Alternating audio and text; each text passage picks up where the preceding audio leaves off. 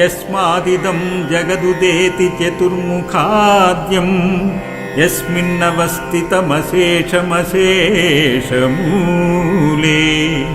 यत्रोपयाति विलयं च समस्तमन्ते दृग्गोचरो भवतु मेऽद्य दीनबन्धुः चक्रं सहस्रकरचारुकरारविन्दे गुर्वी गदाधरवरश्च विभाति यस्य पक्षीन्द्रपृष्ठपरिरोपितपादपद्मो दृग्गोचरो भवतु मेऽद्य दीनबन्धुः येनो द्रुता वसुमती सलिले निमग्ना नग्ना च पाण्डववधूः स्थगितादुकूलैः सम्मोचितो जलचरस्य मुखाङ्गजेन्द्रो दृग्गोचरो भवतु मेऽद्य दीनबन्धुः यस्यार्धदृष्टिवशतस्तु सुराः समृद्धिं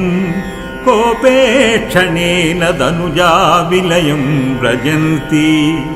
भीताश्चरन्ति च यतोऽर्कयमानिलाद्याः दृग्गोचरो भवतु मेऽद्य दीनबन्धुः गायन्ति सामकुशलायमयं मखेषु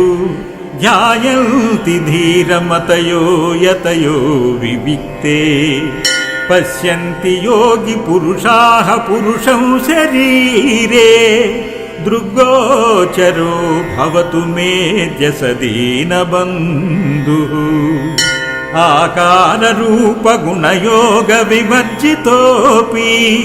भक्तानुकम्पनिमित्तगृहीतमूर्तिः यः सर्वगोऽपि दृग्गोचरो भवतु मेऽद्य दीनबन्धुः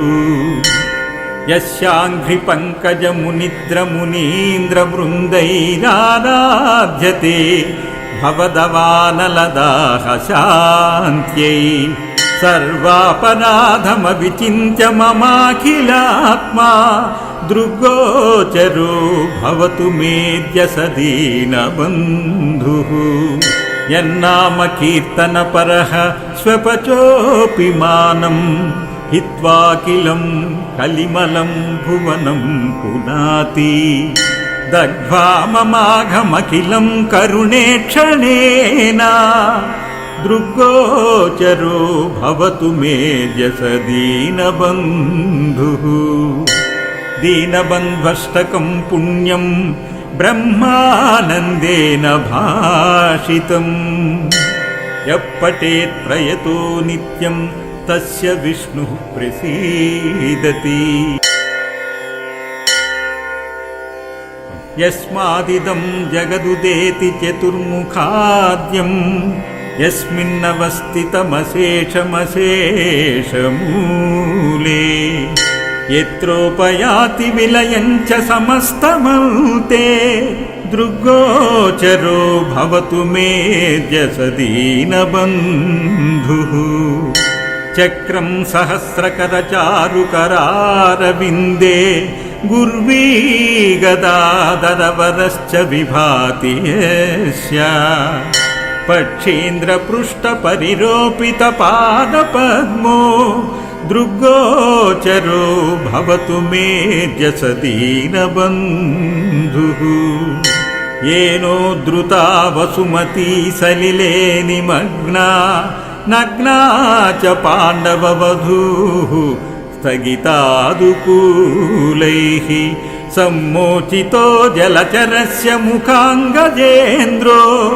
दृग्गोचरो भवतु मेऽद्य दीनबन्धुः यस्यार्धदृष्टिवशतस्तु सुराः समृद्धिं कोपेक्षणेन दनुजा विलयं व्रजन्ति भीताश्चरन्ति च यतोऽर्कयमानिलाद्याः दृग्गोचरो भवतु मेऽद्य दीनबन्धुः गायन्ति सामकुशलायमयं मखेषु ध्यायन्ति धीरमतयो यतयो विविक्ते पश्यन्ति योगिपुरुषाः पुरुषं शरीरे दृग्गोचरो भवतु मेऽद्य दीनबन्धुः आकाररूपगुणयोगविवर्जितोऽपि भक्तानुकम्पनिमित्तगृहीतमूर्तिः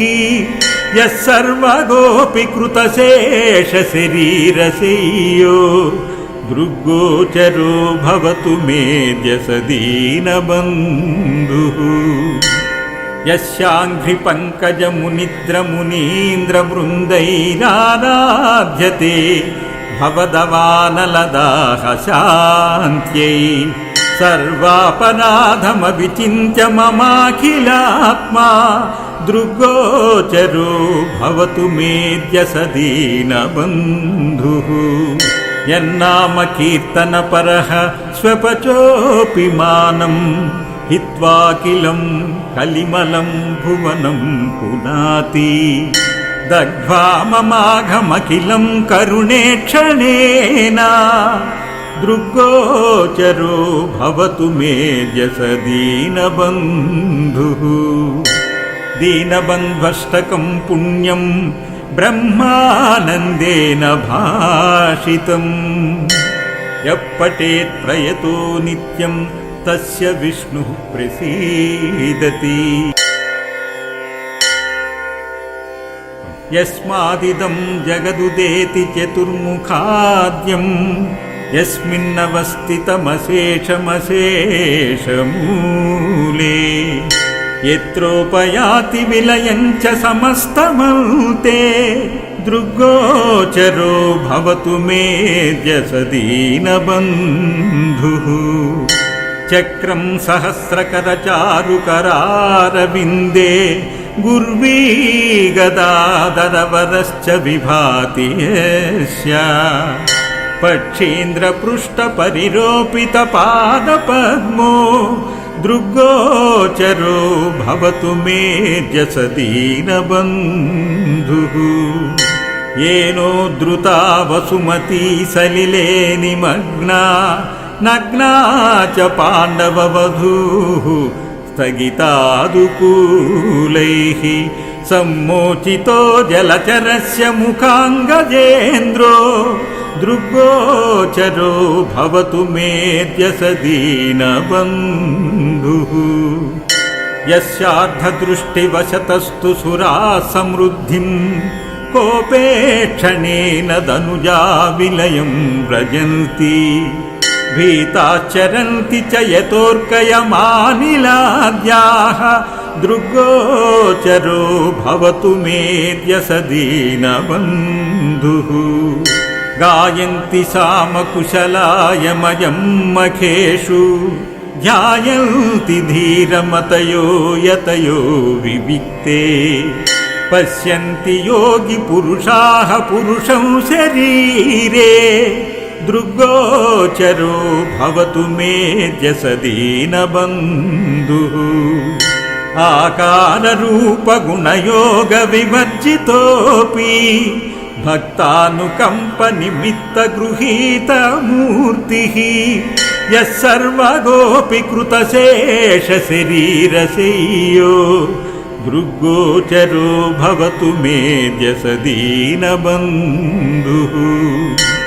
यस्याङ्घ्रिपङ्कजमुनिद्रमुनीन्द्रवृन्दैराराध्यते भवदवानलदाः शान्त्यै सर्वापराधमविचिन्त्य ममाखिलात्मा दृग्गोचरो भवतु मेऽद्य दीनबन्धुः यन्नाम कीर्तनपरः स्वपचोऽपि मानम् हित्वाखिलं